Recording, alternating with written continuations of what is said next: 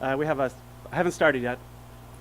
Before I start, one of our sort of mantras at IA is bits in, bits out, and so I like that. Like Mark did, like bits in, and then I'm going to do bits out. So let's see how it goes. I just have a couple of web pages I'm going to demonstrate.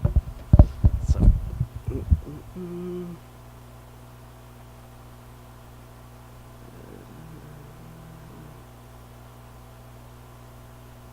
This is not counting towards my 3 minutes. Sorry. Okay, no, one more. Only one more.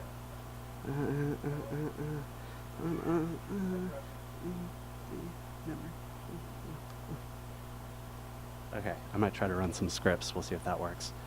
So we do a lot of, so I wanted to talk about trying to get web archives into the hands of researchers, especially for computational and data-driven research. What happens with web archives when we crawl the web is they go into these things called work files. It's Web Archive Resource Container, I think, is an ISO standard, and it's like a piece of just maddening junk. It's a concatenated gzip file of concatenated gzip files. So it's totally arbitrary in what goes in there. The crawler opens a file, it starts pumping in data, and you can set a size, and it will close off the file at that point, and then it package it up, and it's a work file. They can have tens of thousands of HTML pages in there, or it can have one big YouTube video file in there. So very arbitrary. So that makes it very hard for researchers to work with because it's a somewhat obtuse format. It's also, of course, most of our crawls, we have about 13, 14 petabytes of web data. So that's a lot to work with, and even things like Archivit accounts are often multi-terabyte collections, and people are very challenged as far as doing data mining on them. So what we're trying to do is take the stuff, and of course the last one is that there's often IP or content restrictions to giving people stuff that is in copyright. So a lot of partners that we work with in libraries, archives, museums don't want to hand out full raw content, but they do want to support data-driven research. So what we're trying to do is we make these what we call derivative data sets. And we're doing things like pulling out specific metadata elements that are not full page text, putting them in raw JSON files instead of in work files, and then often building APIs and other access methods on top of those. So there we have WAT files, which is sort of key resources from each record in the work. Things like page title, anchor text, meta tags, obviously all the capture provenance, HTTP information, and stuff like that.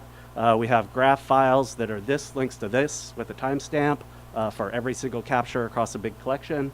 And then we are doing things like named entity extraction, topic modeling, and other things like that. And so we take all this stuff that is valuable within the work, but is not the entire work, put it in JSON, and then make APIs on top of it and give that to people. So we do sometimes big transfers of data to people on disk, but we're really excited about things that are facilitating programmatic access to archive content while getting around some of the size and complexity issues.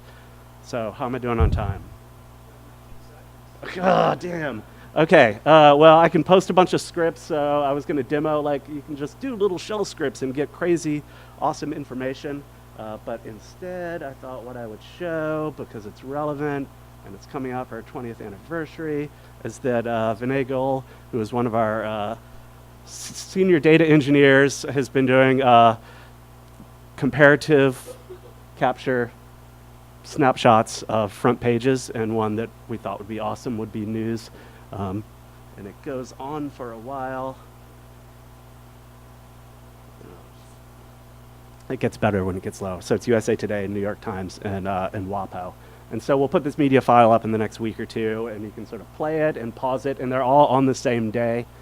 So it's really interesting to both track the sort of visual change, and so, you know, the web archive's 20 years old, so you can look at all the graphic design changes, but also see how different stories appear in, you know, quote unquote, the 3 most popular US newspapers. So, yay, research stuff.